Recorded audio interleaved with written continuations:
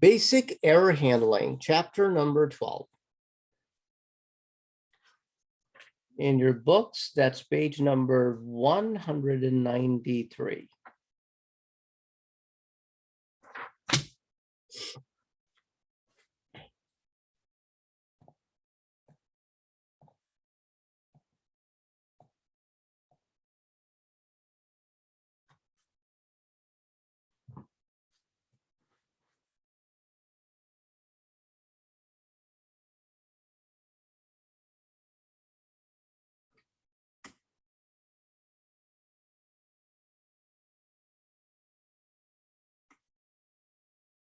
Okay. So basic error handling, the whole idea of error handling is so that in your program, you have a way of handling some kind of, a way of handling the error so that it doesn't automatically go to the system and it just fails. And it just gives you red lines and stuff like that. To avoid that situation, we want to be able to handle our own errors. Now, there are different types of errors as the chapter starts, page 193. And you are familiar with some of these error classifications that there's a runtime error, the error that can happen during the runtime. There's a compile time error, things that happen with your syntax. And then there's a logical error, something that goes wrong in the program logic. And the only way to figure it out is that you read your program and walk through your code to figure it out as to why it is not doing what it is supposed to do. So page 193, as it opens up by saying there may be occasions when a CL program cannot successfully execute some or all of the commands contained within the program. The result is a program error. Some program errors can be anticipated. For instance, if a CL program contains a command to check for the existence of a file, you could reasonably expect that the file might not exist. In that case, you should have some kind of error handling routine in place. At times, you cannot anticipate program errors. For example, suppose a CL program calls another program. If someone has deleted that without your knowledge, the call will not be successful. So there'll be an error. Yet another type of error caused by an abnormal cancellation can occur during a system power failure or if someone terminates the job in which your program is running. So all of these can be different things or different scenarios in which problems can occur, errors can occur. So it is your responsibility as a programmer to ensure that a program will handle errors correctly. The remainder of this chapter demonstrates how to handle expected and unexpected errors. If an error condition occurs during execution of a CL program, a special kind of message called escape is automatically sent to the program. So the escape message identifies the specific error that occurred. Now, here is an example that the author shares with you in the book, saying that, okay, you're trying to check an object.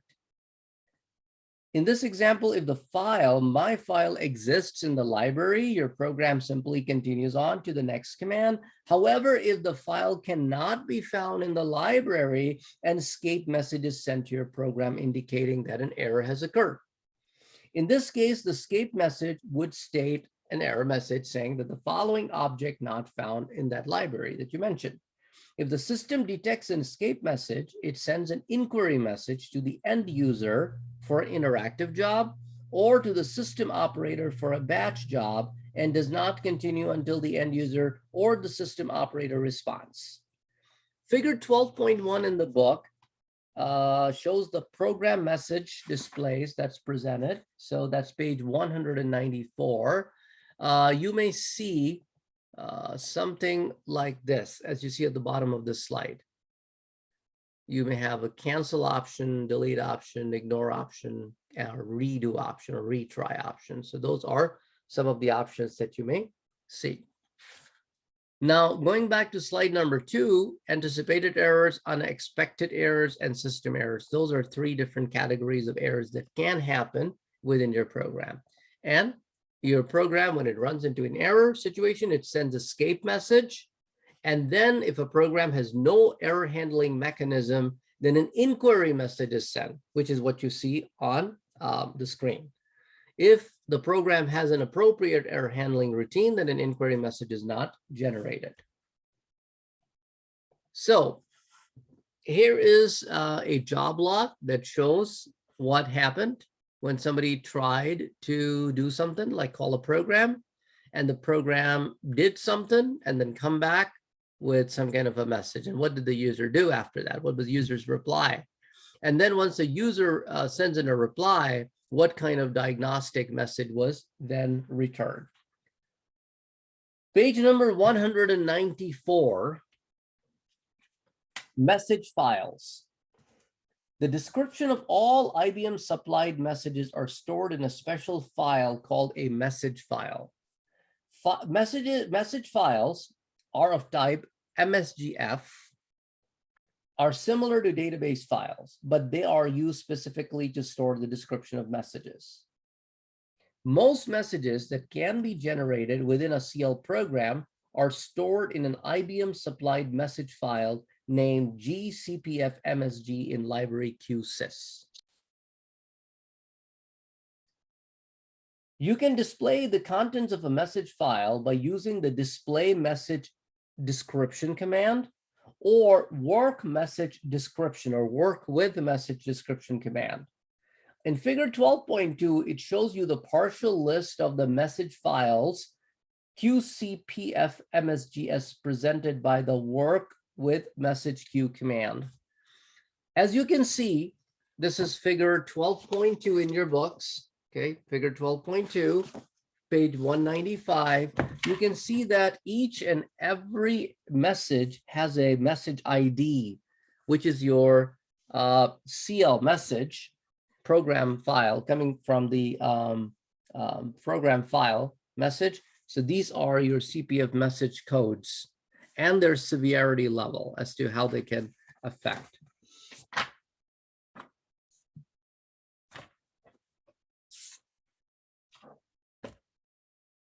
If you look at the back of your book, let's say I want you to turn to page number 458. Turn to page 458.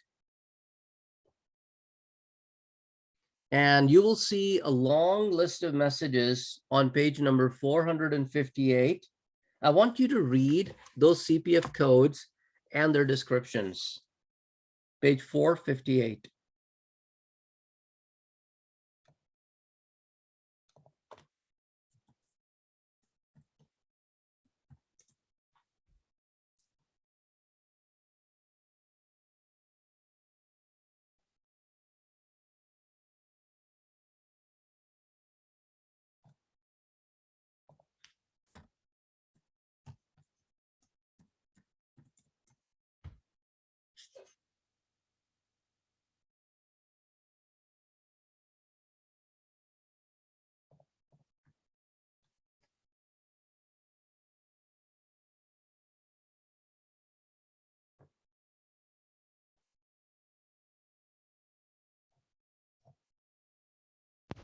So, Professor Saad, would this error handling, or at least knowledge of some of these error codes, would have helped us in the basic problem solving of This some of the things that problems that we've had along the way? Because like you said earlier, this book seems kind of backward. If we would have known what these IDs would have been, or we could have problem solved from a compile error possibly, right? if these goes to an inquiry, now these are not at the inquiry level. These Oh, okay. are, yeah. So because when you are, these are the scape level. So yeah, somewhat, if you run a certain command and you see some of the errors, you probably can sense something out of it.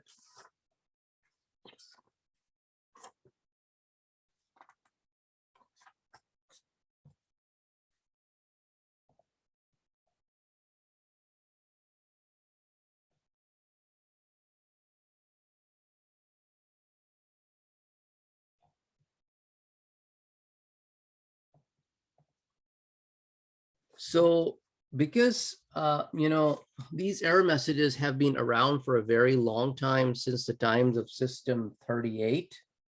System 38 is the much, much older version of Power System. So back in those days when System 38 was the machine name, not the IBM Power System, the operating system was not iOS. The name of the operating system was Control Program Facility. Control Program Facility. What do you think the abbreviation of that would be?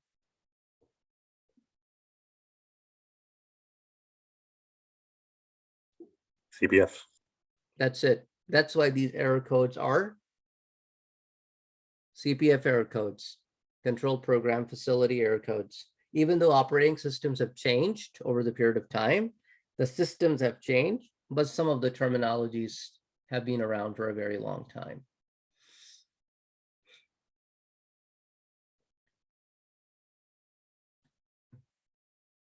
And yeah, I mean, like we had OS 400 and then we had all sorts of stuff over the period of time. OS 400 initially was called XPF, extended CPF. But anyway, this is just a little history thingy, nothing big. And now after you look at page 458, randomly look at any few of the commands after that in the book. And you will see that most of these commands will towards the end will show you some error codes. Have a look at those two. Let's spend a few minutes with that as well.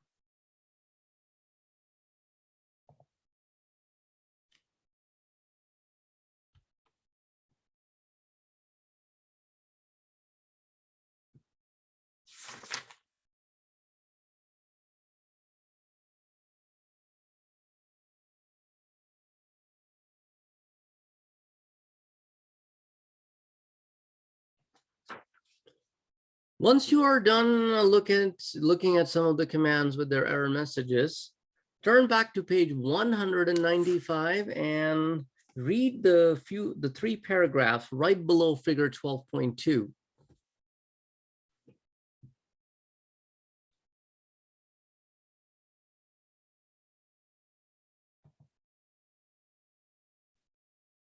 Okay, so I see that the list grew over here. Did somebody else join in while I was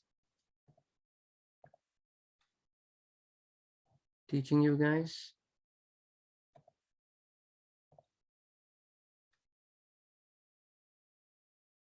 Christian here? No, okay. He is. Oh, here, Christian?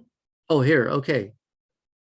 You guys need to speak up, guys. If you don't speak, I won't know.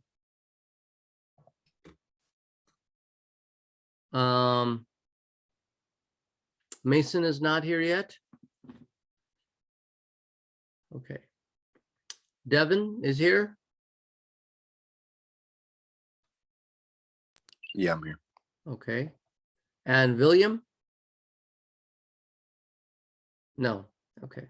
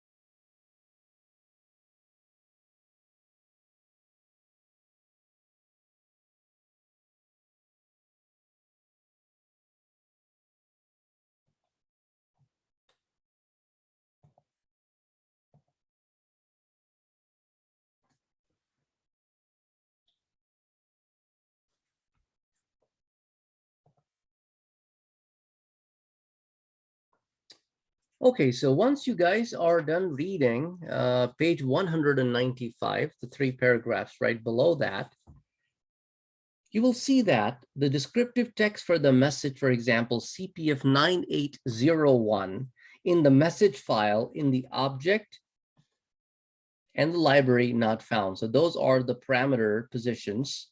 Before the message is sent to your program, the system replaces any substitution variable, for example, &2 and &3 with the appropriate data, then it sends the message to the program as an escape message.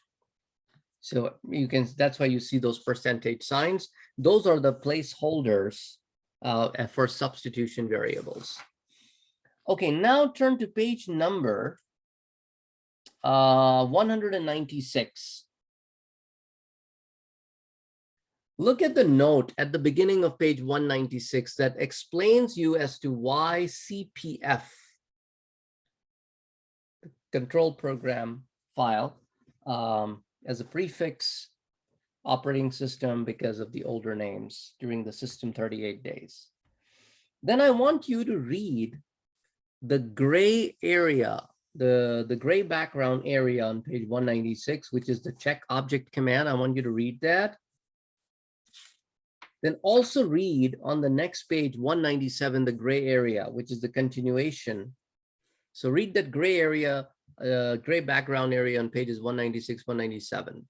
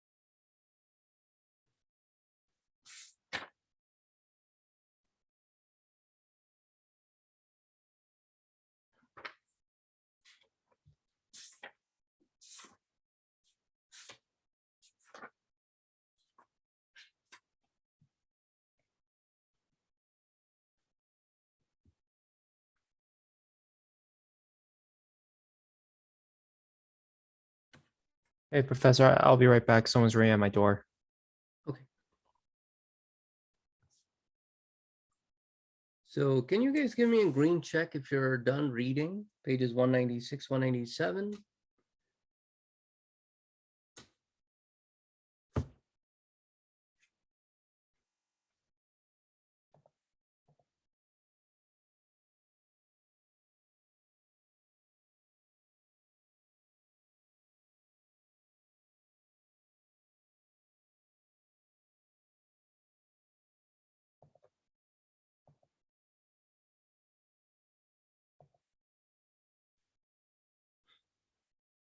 Okay. Now page number 197, we'll be looking at the Mon message. The Mon message, oh, by the way, just so that you guys know, The IBM Information Center online, that's where you can also look at a command and all the error messages that may be associated, or escape messages, that's what we call them, associated with a command. Okay.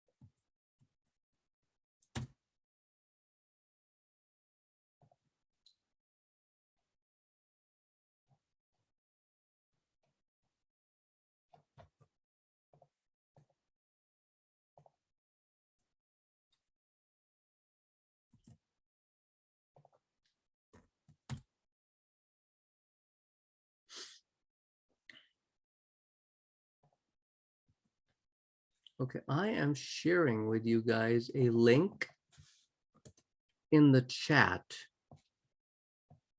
When you open that link, you will go to this page. Once this page opens up, this is the version 7.4. This is where you can do a command search. So if I'm looking for check object command, which is on page number 196, and I click go after I type the command, what it does, it gives me an option that there are two commands. One is check object command, and the other one is check object integrity command. And they both have chk obj in their names. So now I can click on the command that I need. I'll click on that one. And here you can see the parameters. And also, if you scroll down towards the bottom, you can see examples. And then if you go further down, you can see the escape messages.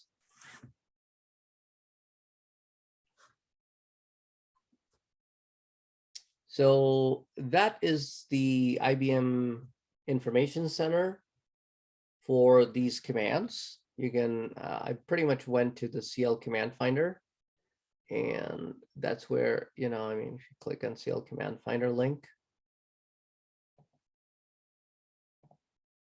and you can just search for whatever command you want, and then it'll display you all that information.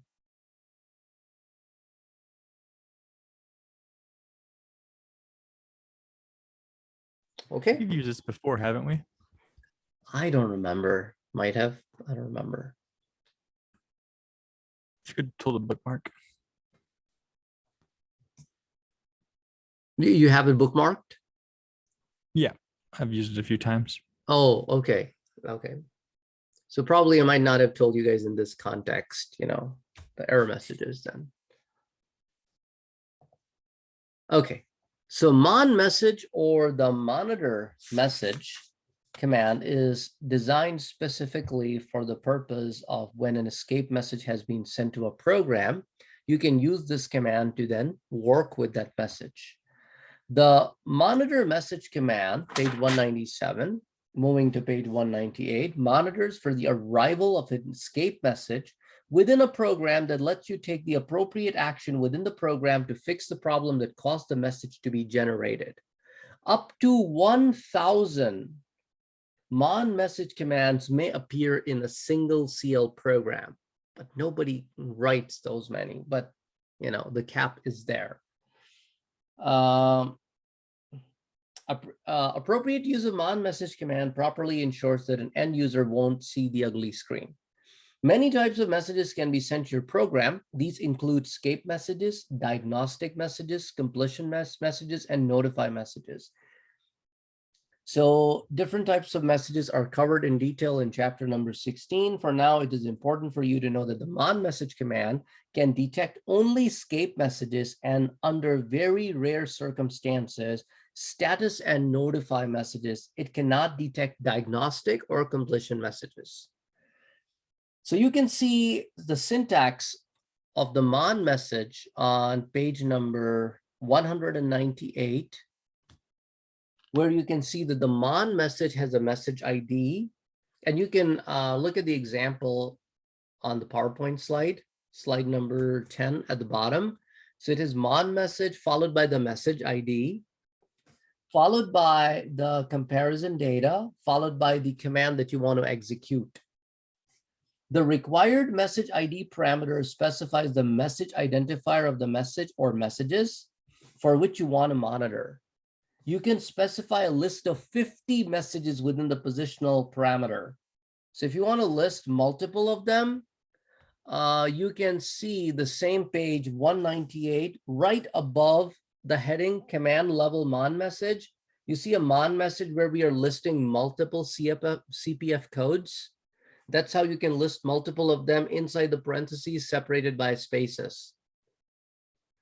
Followed by, you can use what needs to be done if this error occurs. So that's basically your execution logic. The optional and rarely used compare data parameter specifies any comparison data. The default value, which is nearly always used, is none. You cannot specify a variable for this parameter. And then followed by another optional exec parameter specifies a single CL command to be executed to handle the problem. What should be done in this case? So here you see that in the first example, we are executing go to statement to go to not found. Then we are saying execute this program message, file not found, or execute another go to command to go to error label in case if any one of the three errors occur. Having said that, now let's look at the two different kinds of monitor messages or two different levels in your program at which you will see the mon message. One level is called the command level. This command level message is usually written right before you start the body of your program, right at the top level. As you can see over here, we have our declaration statements, and right after that, we wrote this particular message. Sorry, no, hold on a second. No, this is at the command level. Sorry, command level will be right at the command. So for example, this is associated with this particular command only. So check object is the command. And if anything goes wrong with this, it will be monitoring only for CPF 9801. What is CPF 9801? CPF 9801, according to page number 195, it will display you if the object is not found in the library. So if the object is not found in the library, then it will execute the following command. What does this command do? You are pretty much trying to check to see if following object exists or not. If it errors out with CPF 9801, that means the object you're looking for does not exist. So what I want to do here, I want to create that object if it doesn't exist. So that's what basically happens in these two lines. So this monitor message will work at the command level. Okay. Did everybody follow this? What's going on here?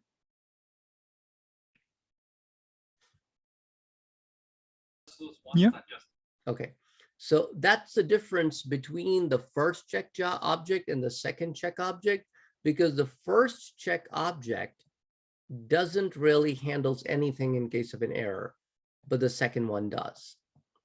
Okay, next we look at program level message, mon message, and this appears as a very first command in the procedure section of the program, right after your declaration. Before you write anything else in the body of the program, you write the mon message, and this mon message applies to every command in the program, unless the command has its own mon message, which will then take precedence over the program level mon message. Also, it is called the global message monitor and can only execute go-to commands. So here's an example. You can see all your declarations command, followed by you see mon message, and then followed by you see that we are monitoring CPF 9801 for all the commands on this page. If CPF 01 error message occurs for any command on the page, then go to end. That's all this does.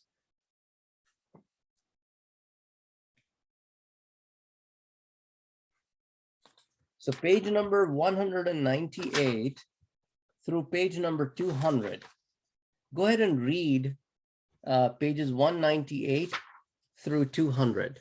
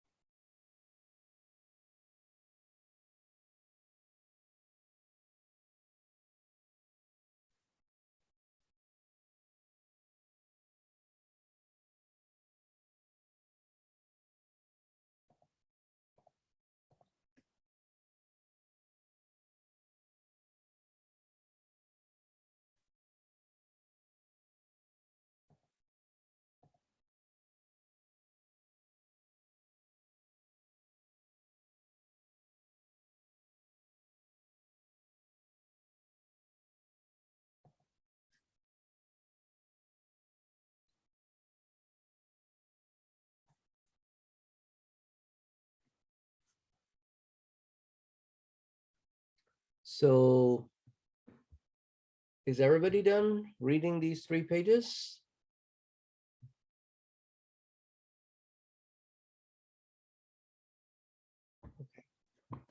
Yep. Still waiting for Luke, Victor. Okay, done. Luke and Devin. Okay. Okay, now the next topic is about mixed level. What is mixed level? The mixed level is, as we learn already, that the first line of defense is the monitoring of the message, escape message, that is at the command level. So if the command has some kind of monitoring tied to it, that's the first thing it will trigger.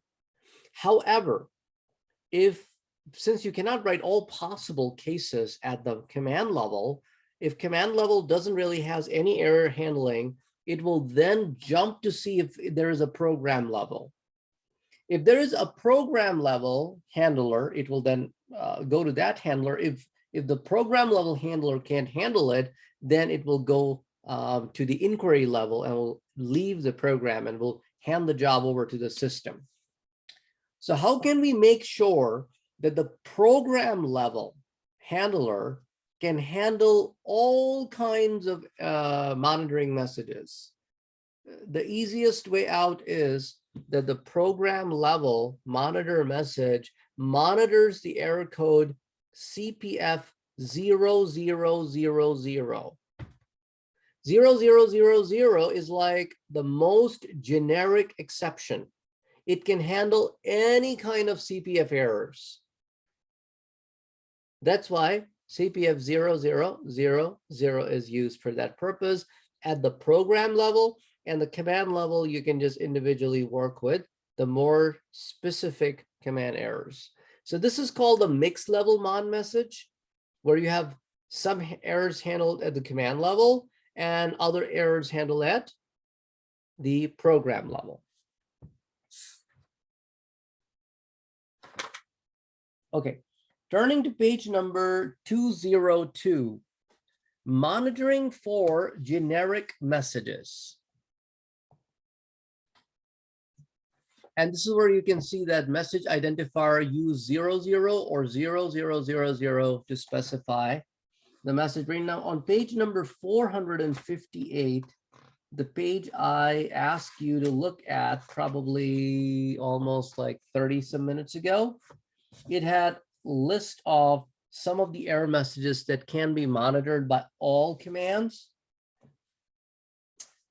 And if you look at page 458 and compare that with page number 202, you will find some similarities and some differences. You will see that there is CPF 9999. What does that CPF 9999 does? Not all errors that are generated by your program could be a result of a CPF error. If it is a non-CPF error, then CPF 0000 can't handle it. So it automatically gets turned into a CPF 9999 error message. So it is generally used for handling or monitoring unmonitored messages. That's what the 9999 is used for, because there could also be machine level error messages, which are MCH category versus CPF category, because CPF 0000 can only handle CPF messages. So the monitoring for generic messages, this is a list which shows you those messages. And then there is another list on page 458, which has some of these commands, which are error messages that can be monitored by all commands, because not all error messages are for all commands. So while monitoring for messages that might be generated when you use a check object command, remember that more than one message can be generated depending on the error that occurs. The following table lists possible messages that might be generated for this command. And then Appendix A, where I ask you to go to the back of the book, is what the author is referring to over here. And then he is talking about some of the commands and some of the messages that could be generated.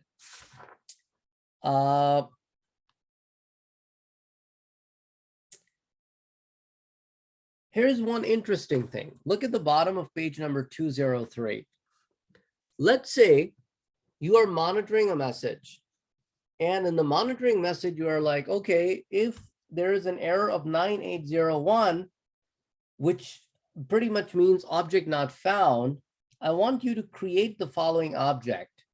In the app files library, create an object, my file. Now, since you're running a command, you can still run into an error. You know, you came to a mon message because there was an error, and in the mon message, you're executing a command which could also generate an error. So that's why you will see a mon message within the mon message. And that mon message is basically for that command, my file. So this is called an error handling within a mon message.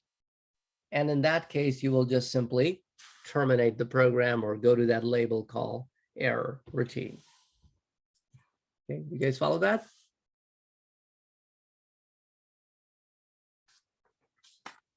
Yep. Okay. I want you to read pages 202 and 203, this monitoring for generic messages. And then whenever you guys are done reading that, give me a green check, and then we will move on to the next one. Rather, let me do this, pages 202 through 204.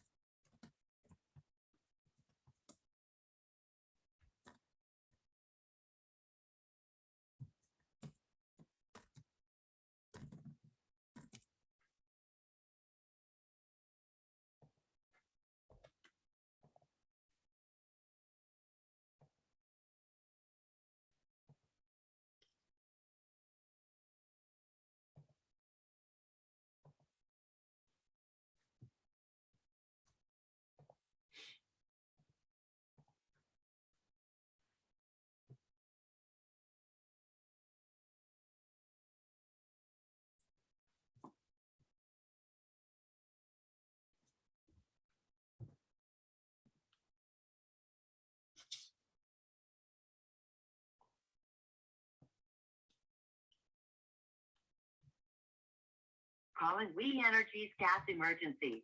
Para español, oprimo ocho.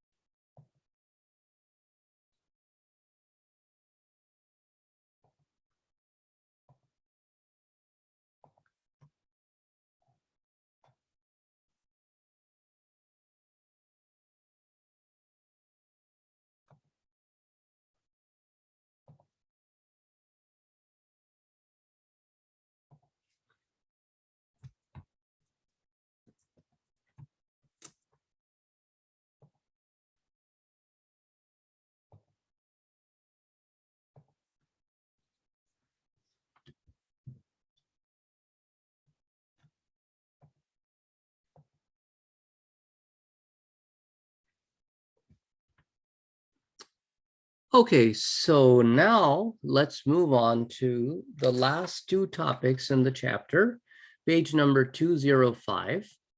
First one is about ignoring error messages. As you remember looking at the mon message command, out of the 3 parameters, how many are required?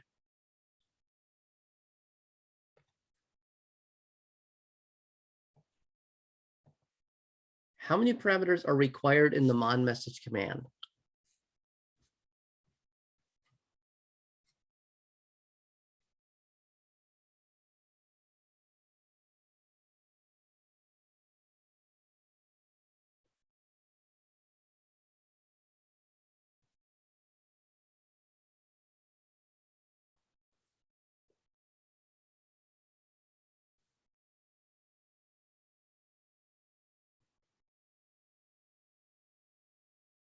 I'm sorry, could you ask that again? In the mon message command, how many parameters are required parameters?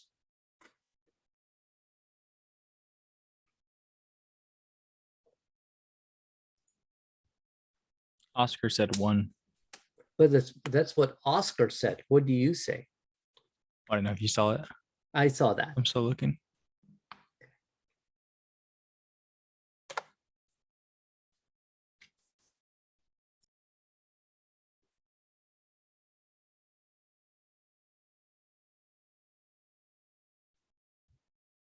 Oscar, is that your dog? No, it's not my dog. It's just a funny picture I found. Okay.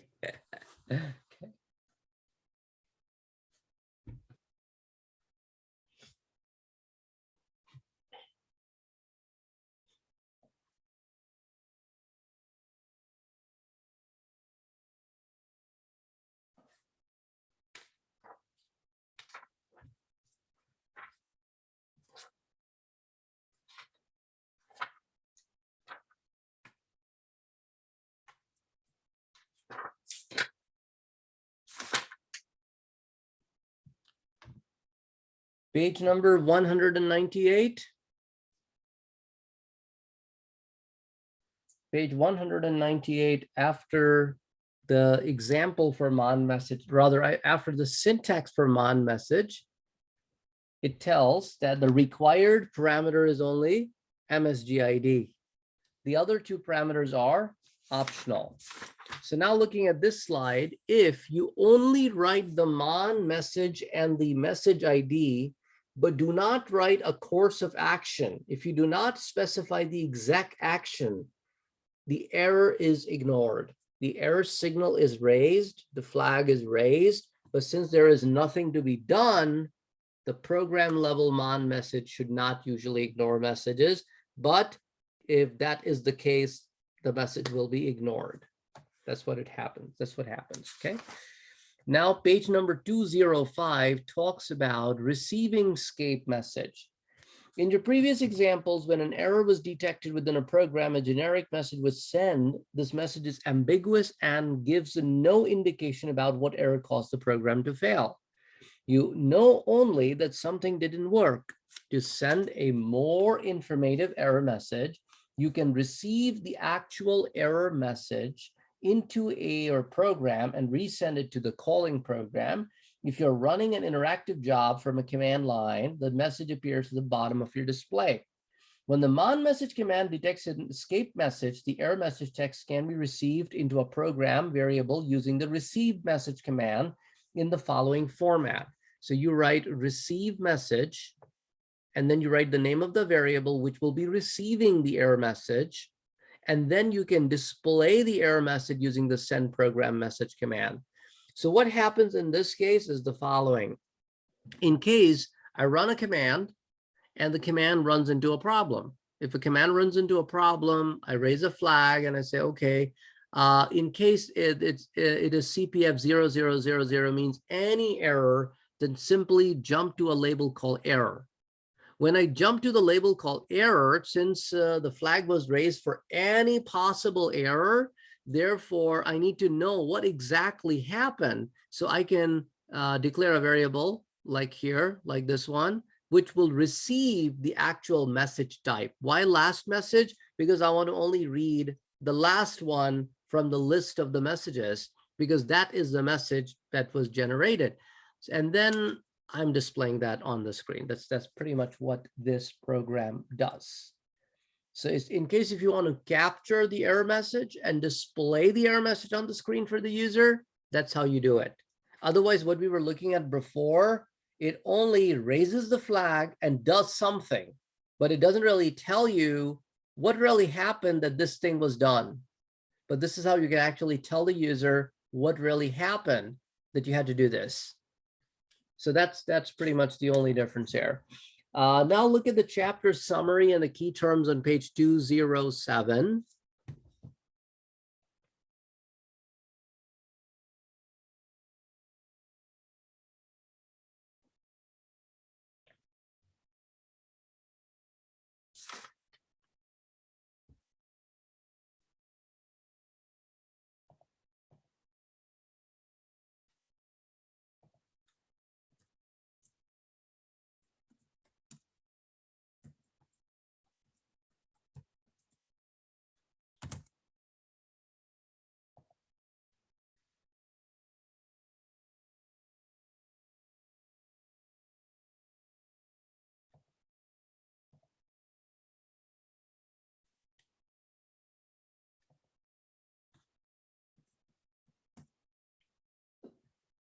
Done, everybody? Looking at the summary and the key terms.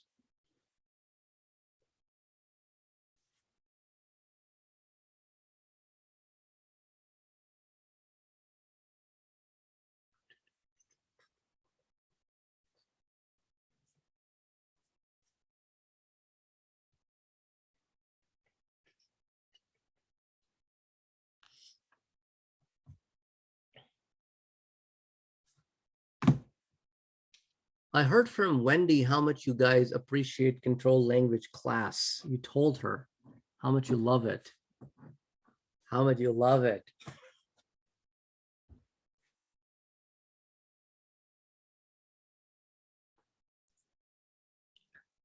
She just come right after this class. I know. That's why she had to be on the receiving end. I was like, we are tired. We have a brain freeze because Saad's class is so boring. Oh my God. Cheer us up, please. And then she shows you all cool colors, nice pages, no programming. Lots of programming. And then you Lots of guys- HTML. it's not programming, it's markup. Or did you guys start a JavaScript? Sorry, JavaScript. Oh, okay. So now you're coding. Okay, cool. If you ask my grandma, though, it's all coding. It's all coding. That's what counts. It's all coding, right? It's coding, but it's not a programming language for HTML and CSS. It is considered coding in a way, you can say that, because you are writing a language. It just doesn't happen to be a programming language. So after you guys complained so much about CL, does she goes easy on you guys?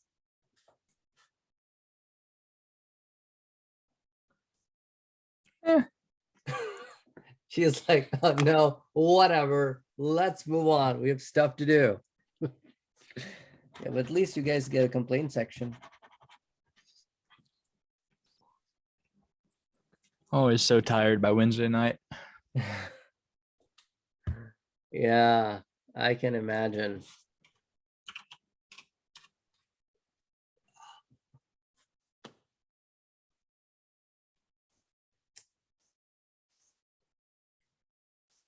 In the good old days, when I was part of the SharePoint grant, I used to teach SharePoint classes at Burlington from, I think, 9 to 4:30. And then I would drive from Burlington to Kenosha to teach my night classes from 5:30 to 9:30, and then go home and then prep for the next day class from 9 to 5 again, because that grant program was that you had to teach student 40 hours a week, just like a job, for 2 years. A lot of driving. That was a lot of driving and a lot of work. Think about it. every day, teaching for 8 to 12 hours, and then going home and prepping for another 8 hours for the next day. Yeah. You Yeah. must really love teaching. Well, sometimes you don't understand what you're bargaining for, right? Definitely true. Yeah, plus that program was so new. There was no text in a turn, like there was no text, there were no textbooks, no tests, no assignments, nothing. So you got to prepare everything, you got to create everything. And those classes were like the classes that were never taught before, brand new curriculum. I mean, like it was so much work. At the same time, we were developing the curriculum at the state level. It was like, I don't know. I don't know how we did it, but we did it. Kind of must have felt like how the early composers did create music without a college course, you know? We did get some training on it, though, of course, for some of the classes. But you know, corporate training style is very different than how we teach. In corporate training, I don't know if anyone of you have ever attended a corporate training class, they give you canned solutions. They give you something at such a high pace. They give you 1 hour to do a lab that is probably requires 3 hours to do. And then they say, well, when you're back in your hotel room, complete the rest of the labs. But you were so tired, you know, how many labs can you do after? I mean, it's pretty much, you know, we went through some training, but it was like, oh, okay, it was a good exposure, but you don't really get much out of it. You still have to create everything for yourself based on your student bodies. But anyway, so now that everybody is done, or almost everybody is done, what we'll do is we're going to combine some activities with the break. So I am giving you guys a few problems, and I'm going to put you guys in a breakout room also. You will be in the breakout room for, I would say, 40 minutes. And this was a combination of you working in a group together, and also taking the break. So let's do that. So I will see you guys at 4 o'clock. So let me close this. So you guys decide with your group, you want to take the break first, or do you want to do the questions first? But I'll see you guys at 4.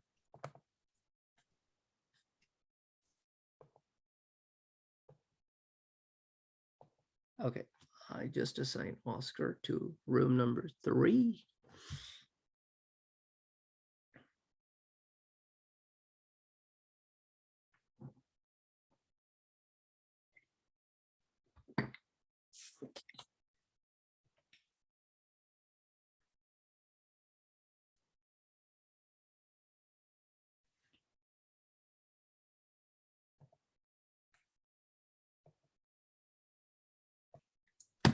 Okay. So now that everybody is back, I would like you to log into the RDI. I mean, like V2 Cloud, and then go to the RDI. Okay. So declared a variable. I saved the program 19 as program 20. And then in the program 20, I declared a variable status of Boolean type, which is logical, and then set its value to 1, which is true. Now running a while loop around the call subroutine counter sub. And I will be making some other changes as we go along, but do while the condition status. That means as long as the condition is true, I want to keep looping.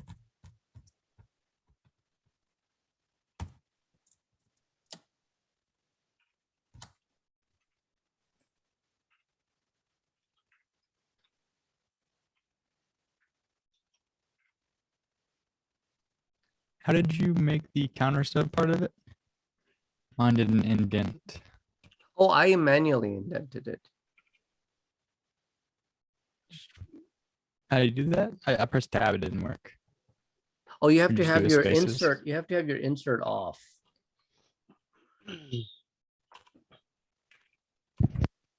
I do. You can press space a few times too, and then Yeah, skip the so next I mean, line. like if you had your insert on, it will be like a blinking, like a square block. If you press the insert key on your keyboard, it turns into a blinking cursor.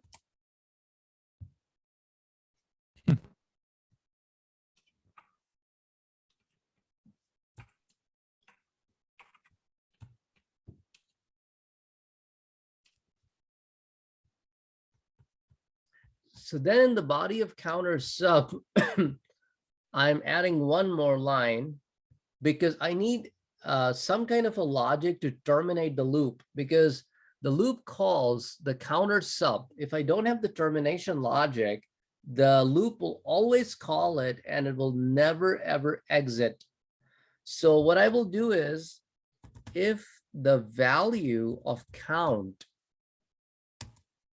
exceeds or equals to 50, then change the variable status to false.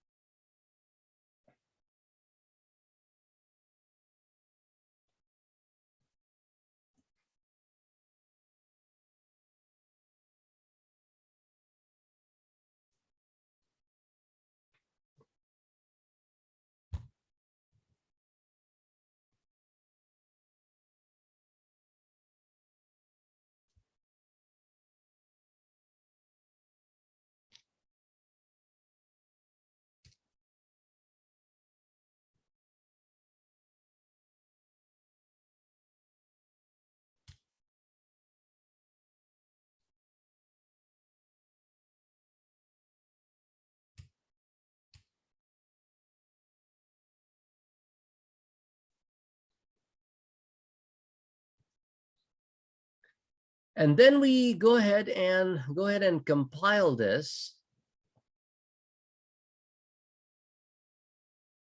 to make sure that it compiles correctly without any errors. And once it compiles correctly, we then need to run it. And for that, we can go to the green screen to do that.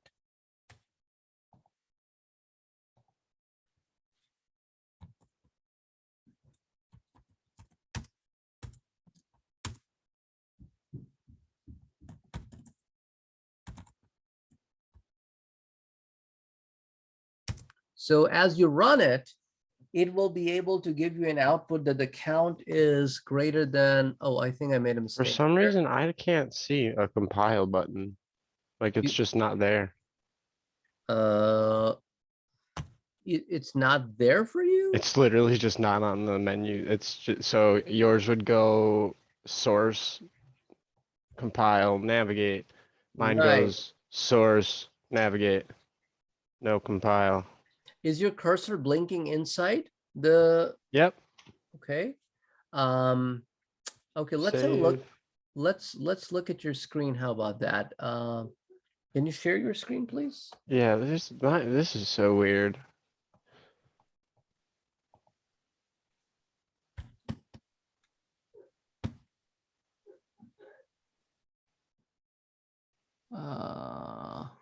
You are in remote system files. Okay.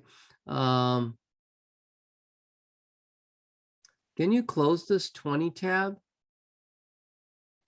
Okay. Where is the 20? File number 20. I don't see anywhere. Oh, Well, that's a scroll up. good question. No. Within that, go back to that. Yeah, stay here.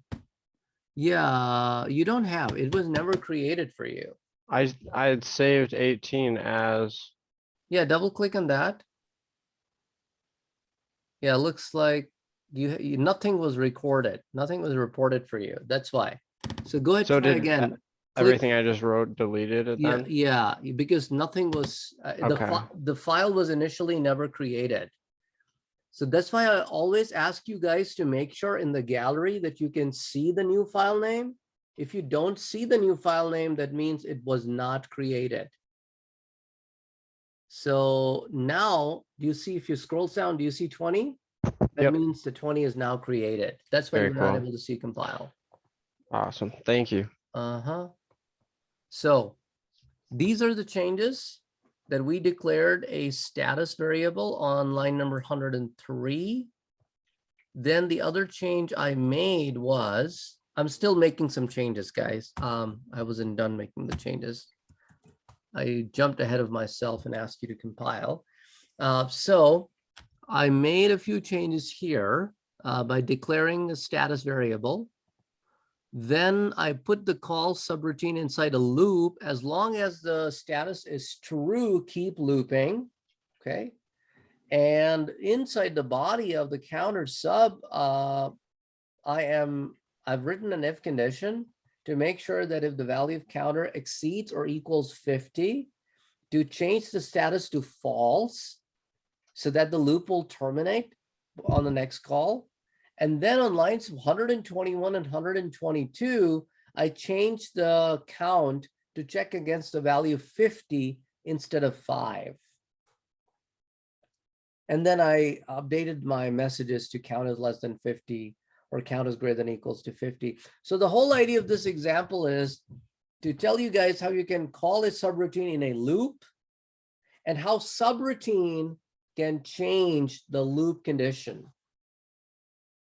Because every time the loop runs, it checks the variable status value, and status is available to any subroutine in the program as well as to anything outside of the subroutine because it's declared at the top. It's not local. Okay. Yep, I'm all good. I appreciate you. No problem. So go ahead and compile the program. So I'm going to compile it again as well because I made some changes, didn't compile it after that. Okay. I want to make sure that there are no errors. Okay. And then I will go to the green screen and I'll recompile, I'll rerun it, and now it says counter is greater than equals to 50. So the value of count exceeded or equals to 50. That's why line 122 was true and line 121 was false. You ran it with the call command? You always run with the call command. I didn't get the little count message, so I was wondering. Oh, okay. Did you run the program?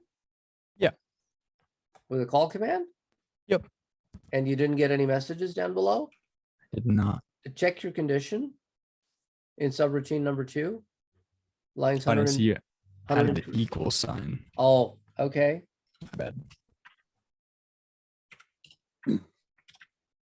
I'm having a similar issue where it's not compiling for me. Oh, it's not even compiling for you. Yeah, Like- like, Is it giving you an error? no, it's just not doing it. Um, also, it also isn't on the left Let's in my list of. can you share your screen, because that'll be easier for me to see.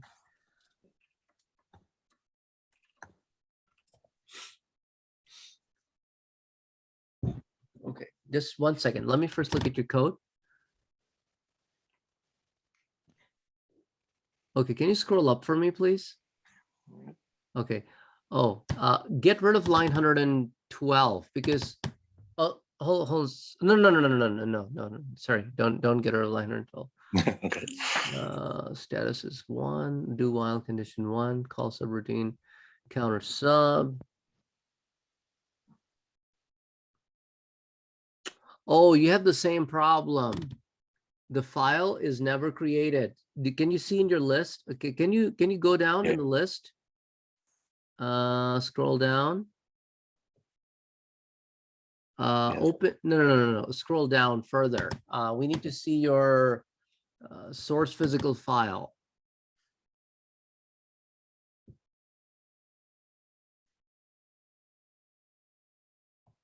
The source physical file, which should be CL something. Scroll up. Right there. Yep. Open that. Okay. You don't have 19 in the list. See? Okay. Okay. So now can you click File, Save As? Okay. Yeah, and hit OK. Say yes. and then right click on CLP22GR and refresh. No, it still doesn't show 19. Okay, looks like this file was never created. So you may have to double click on 18. Did you started working on RDI as soon as it opened RDI? Probably that's what you did. You might already had 18 open there in one of the tabs and you started saving it as. Whenever you guys do that, it doesn't keep a snapshot of the open tab. You have to double click to open the tabs again. Oh. Okay, so now you should open 18 again and save it as 19. So just click File, Save As 19, and click OK. See, now 19 got created at the bottom. Now you Okay. can copy paste the code from this file to the other. Okay.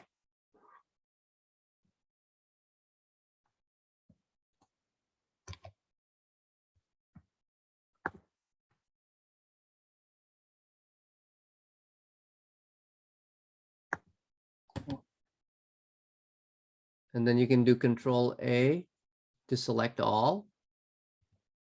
And then you can replace by pasting on top.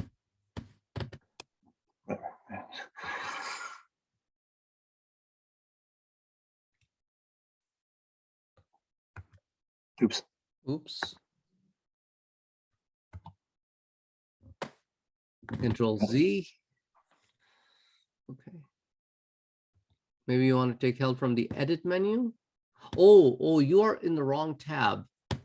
You should be in the other tab, the other 19, which is to the right. Yeah, that's where you should be pasting. Click edit, paste. No, it's not. Now Ah, shoot. go back to that for other tab, like the first 19. See, yeah. Now undo the change here. No, undo, Control Z will do it. Yeah, that too. Again. No, keep doing that, maybe. What happened to your stuff? You're better off writing those 4 lines than wasting time with this one. Just close that. Yeah, close that. Yeah, no. Okay, and now go to your 19, the one that's open to the right. Okay, now, you know what? Close this tab. Close this tab and say no. Okay, now reopen 19 again. Double I'll click. close these. Yeah. Double click on 19. Okay, I will share the code. Or you can copy paste it from the chat, whatever works.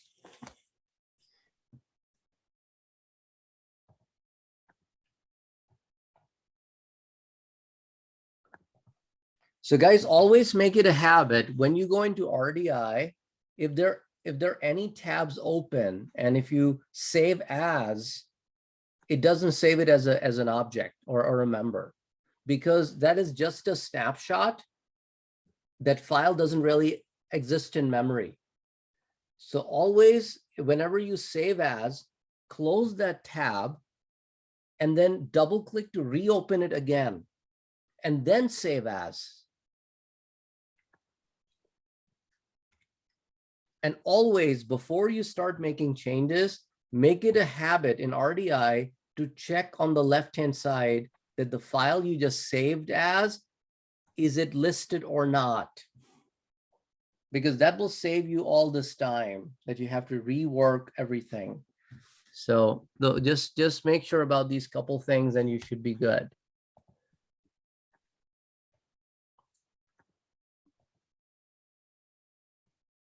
I don't know why it's not pasting. So again, I have to Right. right click and do it. Control C and V don't really work too well for me. yeah. See if right click what works.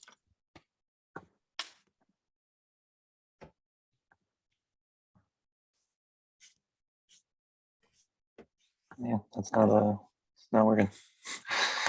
Go ahead and type that. There are only 2 lines, 3 lines. That'll be much faster.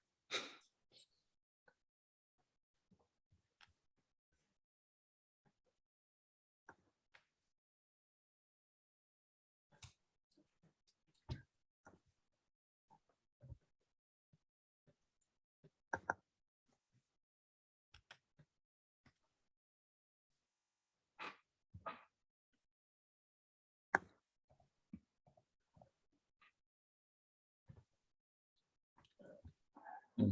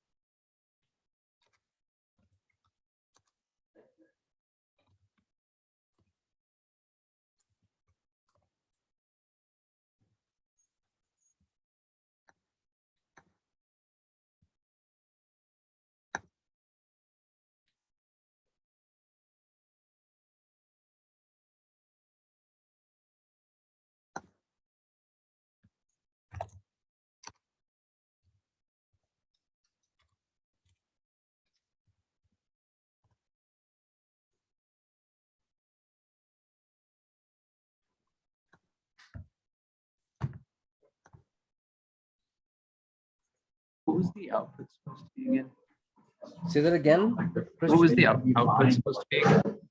The output supposed to be is that the count is greater than equals to 50. 15, okay. 50, 50. Did we change any number values?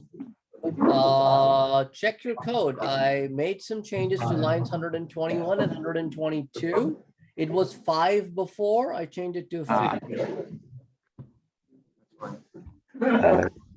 thank you. I didn't do it already.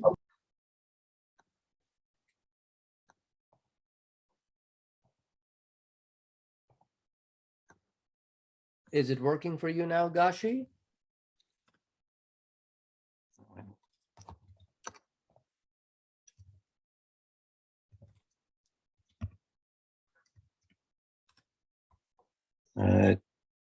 Except for that it says count is 5 and not 50. Okay, so you probably would have to change that. On line. Oh, yeah. There it is. Okay. Mhm.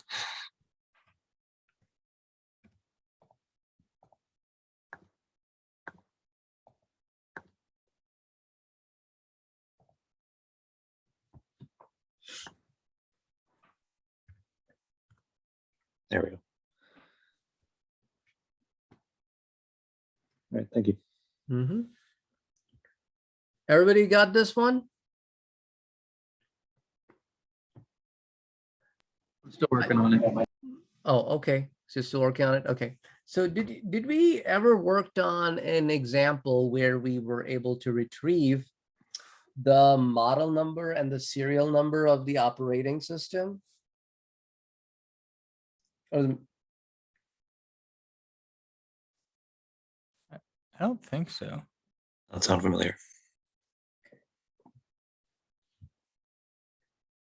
so only 4 people are done with this example. The rest of you are still working on it.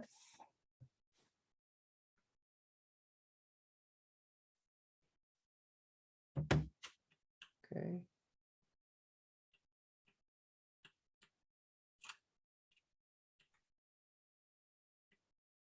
Any errors, Devin or Victor?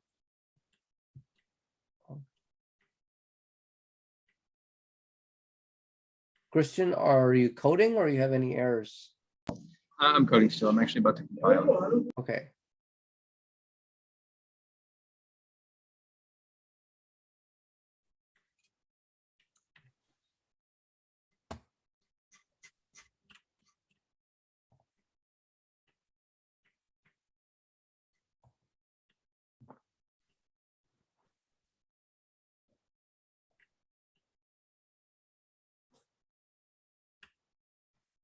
And it's 50, right? Not 15. 50, because Okay, if cool. you look at my code, there's nothing 15. Right. Yeah. I didn't hear you correctly the first time. Okay. Thank you. So we will now create a new member. And this will be program number 20. CLLE will be the type. This is a brand new program. I'm not saving as anything. So please make sure. Didn't we just do 20? Oh, I mean, what was it, like 21? Sorry, 21. Okay. My bad. 21.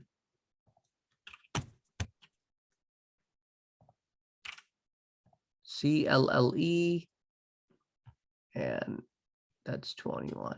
Okay. How do we do that without creating a save as? Well, you never create with save as, right? Save as is to save an existing file. So when I say I create new, what does that mean, Christian? It's kind of like a blank page, sort of. Right. So how do you do that? How do you create new CL program in the source physical file? Right click Right click where? over the what is it? CLSP22. What is that? The physical source file. Source physical file. Source physical. Right. Yes. So anytime I say new, Remember? then you choose a member, you give it a name, you make sure you choose CLLE as the member type, and that will create a new program. Okay. Make sure you guys are familiar with this stuff because in a few weeks you have your hands-on exam coming up. You have to be familiar with the code to do the hands-on exam. Is just 25 programs that you're writing in 2 hours.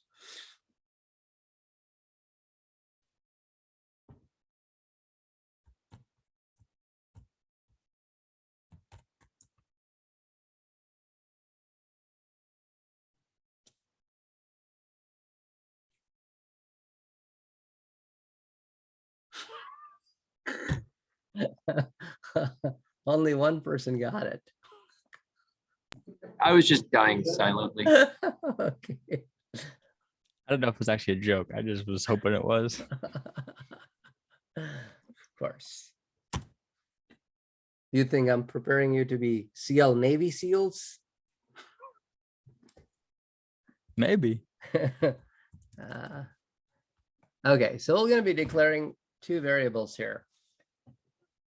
Let's see if you guys can declare 2 variables of character type, and I'll give you the names: sys model and sys serial number. That'll be the names of type character of size 4 and 8 respectively.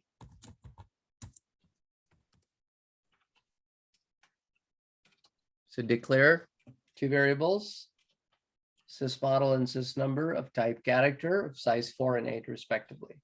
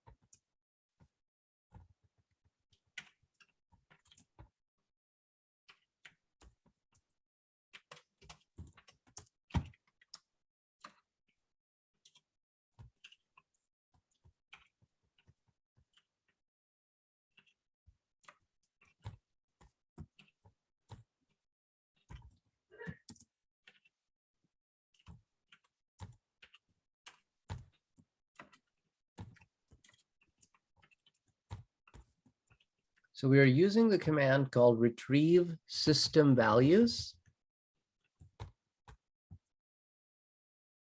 And we have QModel to return the model of the system, and QSRLNBR to retrieve the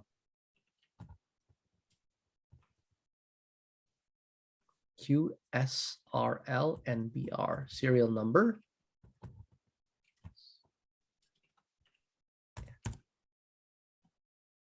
And return it into the variable called sysnbr.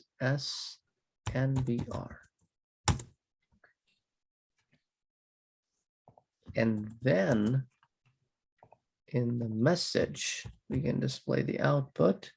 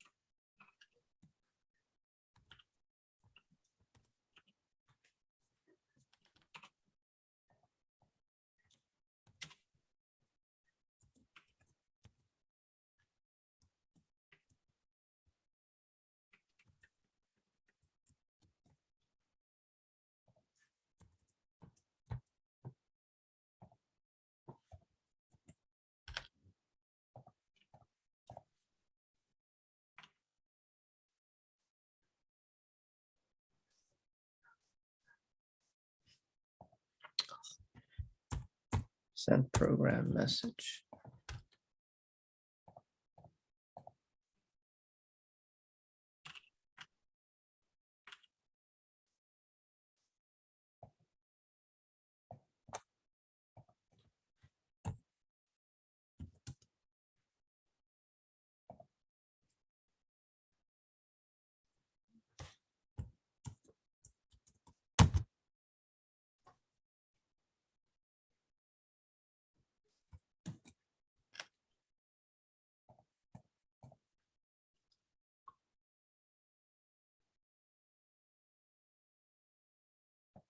Why it's not doing that? Oh, because I had to have my insert key on. That's why.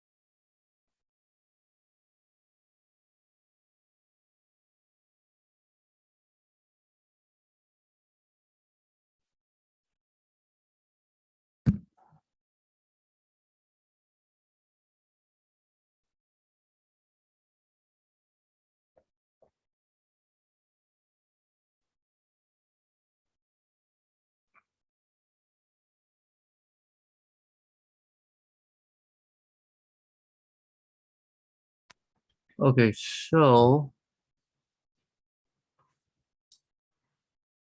I don't know what's doing that.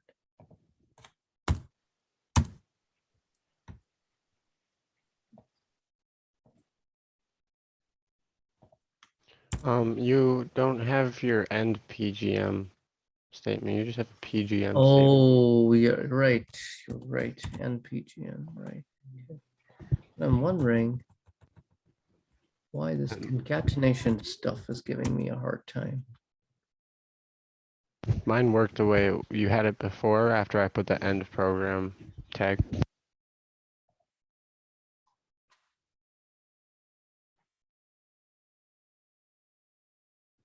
Yeah, matching parentheses not found. Cat is not expressed. Matching parentheses. Okay.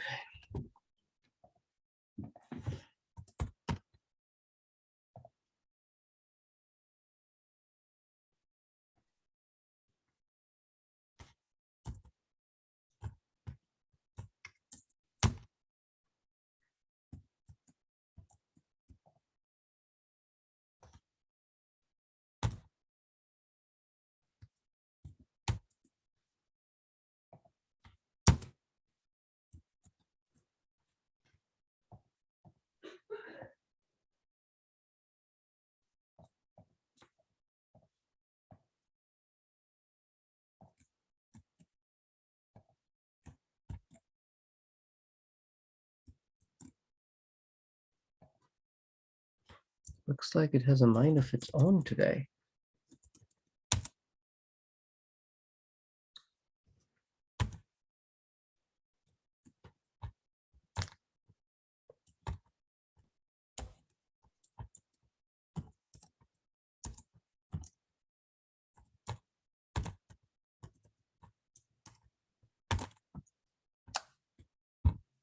Keeps going it longer. It keep putting it longer than the line length.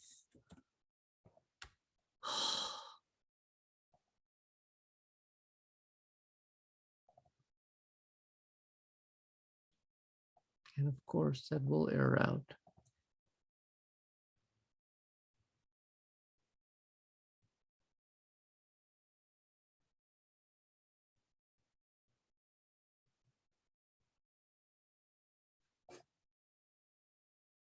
Oh.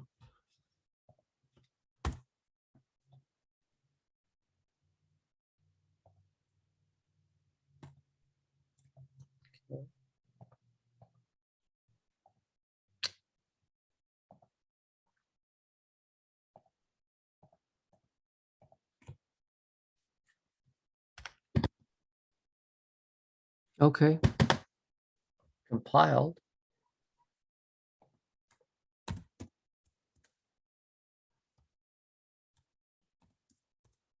Okay, so did it compile for you guys too? Yep. Okay, I'm getting an error.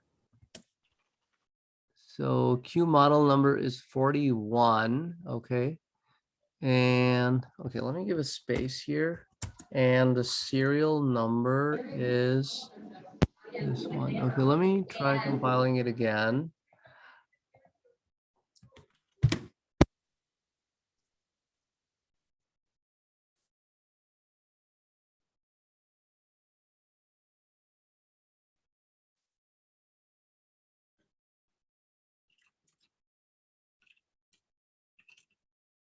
What's your error? Whoever said that?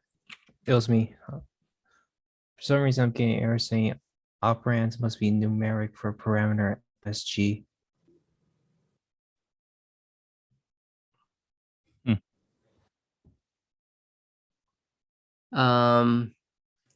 What's the error message that you're getting?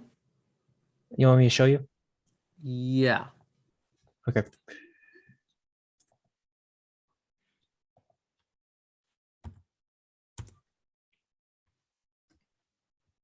Operands must be numeric. Oh, get rid of that plus on line 108. This one? Yeah, Okay. yeah, and recompile. Save the changes and compile again.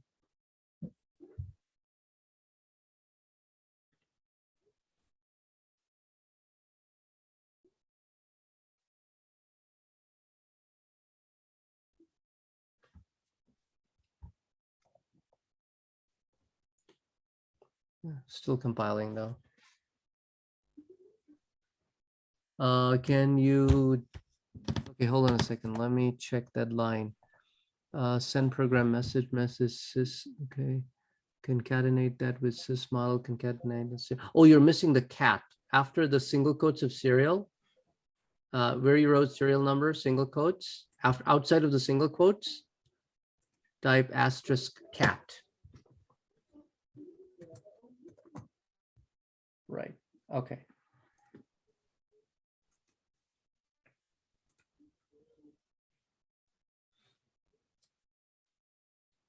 Thank you. Mm-hmm. Having an error with mine. I think Okay, it's go ahead. it's Share your value. screen. Share Okay. your screen.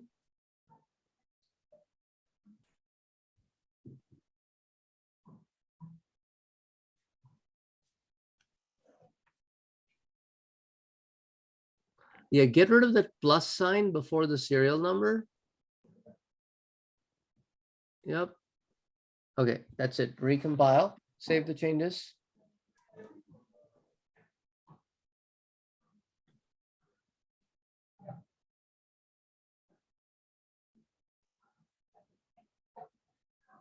It's compiling.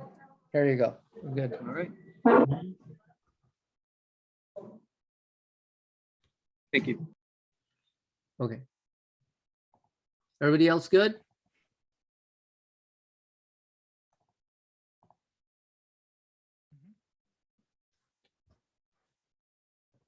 Okay.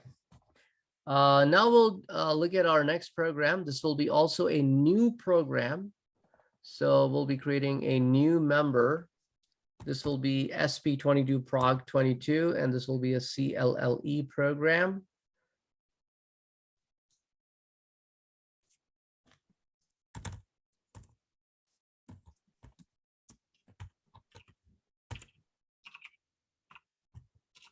LLE or LE? CLLE. Okay. Yep. The only thing that we will be doing different in this program is this program will receive a parameter. So if a program receives a parameter during runtime, you have to write the word parm in the line of the PGM, and then you write the name of the parameter that will be receiving the value. So in my case, I'm calling it char v. So when I'm declaring my variables, I will also declare that variable that I have listed in the parm, because the variable listed in the parm, unlike other languages that you know of, is not declared right at the point where in the definition. So you have to declare it afterwards. So here we have a character v variable that we are declaring of certain size.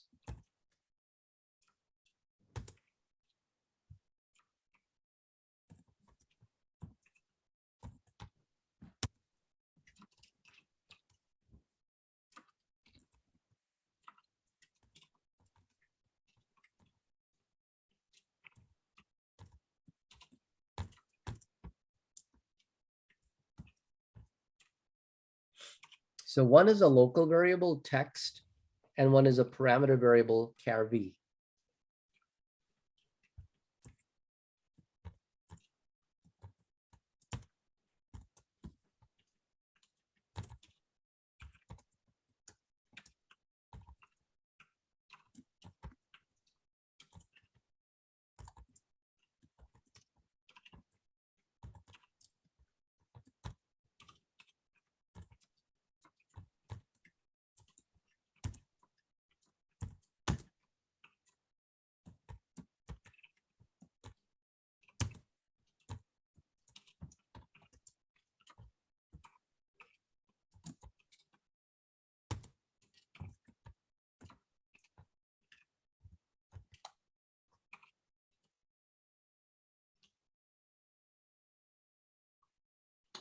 Let me make this maybe 15 instead of 13. Where's character 3? Oh, character v. Thank you.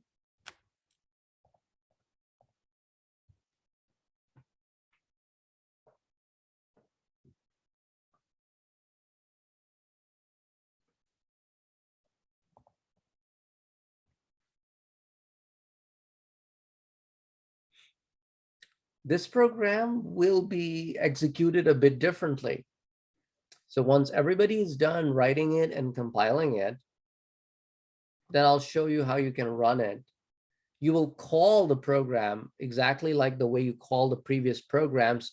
The only difference will be after you write the name of the program, you will hit a space bar and you will write the parameter value that you want to pass into the body.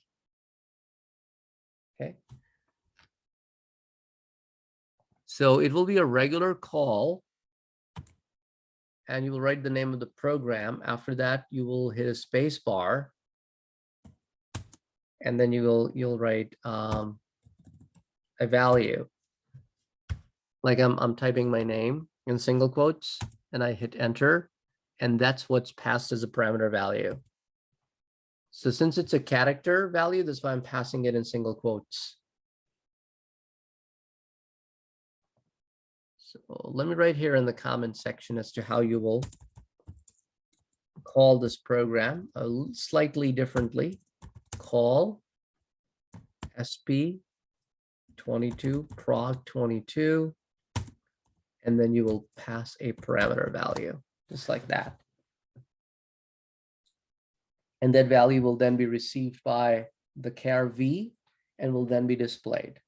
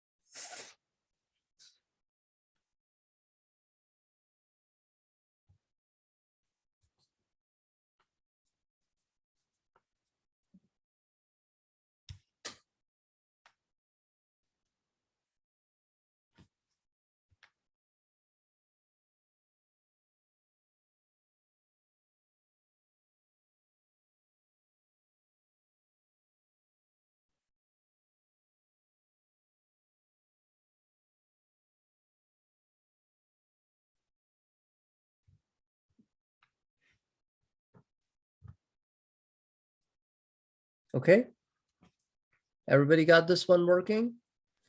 Not yet. Okay.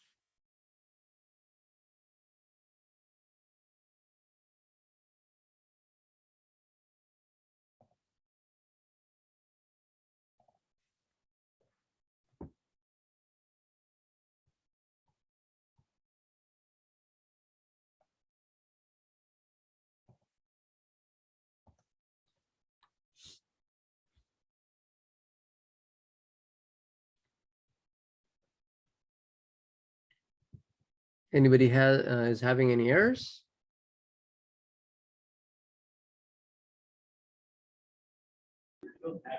I just got mine to compile without any errors, so I'm gonna run it. Okay. Tony? Yeah, I'm good. I'm sorry. I didn't know I was supposed to do a check mark. Okay, and okay. Devin?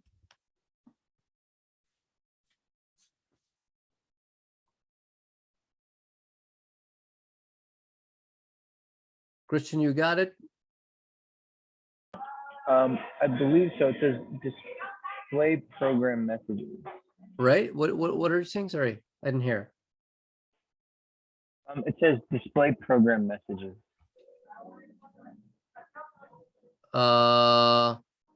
When you When I ran call the program, the way I told you guys to call it, call program name and pass a parameter. Do you see an output at the bottom that says the parm is followed by the value that you passed? I don't see that. What was the parameter that I had to at the end? See, I wrote in the comments how you will run the program. You type Okay. call, you write the name of the program, and then you pass a parameter in single quotes, any text value, 10 characters or less. Oh, okay. So you can put anything in there. Right. That's where we will receive that value in char v. That's the whole point of the program, to be able to pass a value from a parameter from the console when running it. So when you're calling a program, we're passing a value. That value is received by char v, and then the char v will be declared on line number 2, along with a local variable, and both of the outputs are concatenated and displayed on line 7. So that's really cool, basically what the actually. program is supposed to do. Okay, got it. Yeah, I got mine to work. Okay, cool. Okay, so that's how you guys can write a program to pass parameters into. This will be our starting point next week, and then we will go into the exception handling programs that we looked into chapter number 12. And chapter number 13 is basically the entire chapter is about passing parameters. So next week, we will be looking at chapter number 13, and that's exactly the whole chapter is about how you pass parameters. So we just started with that stuff, and we'll be looking at that, and then we'll be looking at mon messages and some more examples with parameter passing if we have enough time.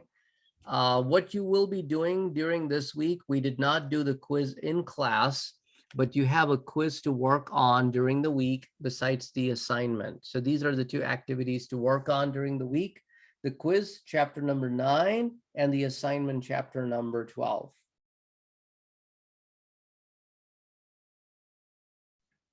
Gotcha. Okay.